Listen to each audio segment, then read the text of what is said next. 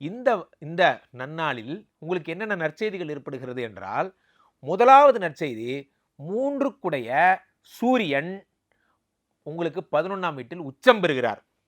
Super. ஏன்னா 11ஆம் வீடுங்கிறது உங்களுக்கு என்ன? உபஜயஸ்தானம். 3 யாரு? முயற்சி. வந்திருக்கிறவர் ஹெச்ஓடி.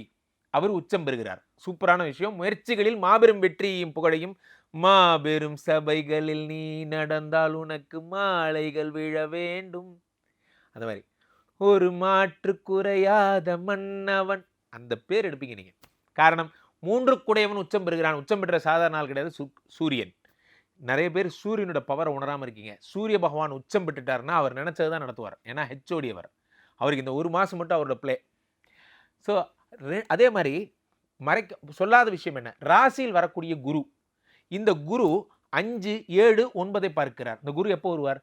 இப்போ ஏப்ரல் மாத புத்தாண்டு பலன் பார்த்துட்டு இருக்கோம். இப்போ உங்களுக்கு குரு கிடையாது. இப்போ உங்களுக்கு 12ஆம் வீட்டில் தான் இருக்கார் குரு. 12லேருந்து குரு 4ஐயும் 6ஐயும் 8ஐயும் பார்க்குறாரு. ஆனால் நான் சொல்கிறது எப்படின்னா புத்தாண்டு பலன்கள்ங்கிறதுனால வருடம் ஃபுல்லாக சொல்கிறேன். ஒரு மாதம் பொறுத்தீங்கன்னா மே 15க்கு அப்புறம் குரு உங்கள் உடம்புக்கு வந்துடுறார். எது மிதுனத்திலே உட்காந்துடுறார்.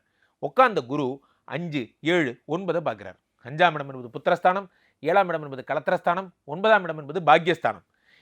நான் இப்போ தான் சொன்னேன். ராசியாதிபதி, தனாதிபதி, லாபாதிபதி, பாக்யாதிபதி, ராசியாதிபதி, யோகாதிபதி இவங்களோடலாம் கனெக்ட் ஆனார்னா அவங்க ஜாதகம் நல்லா இருக்கும்.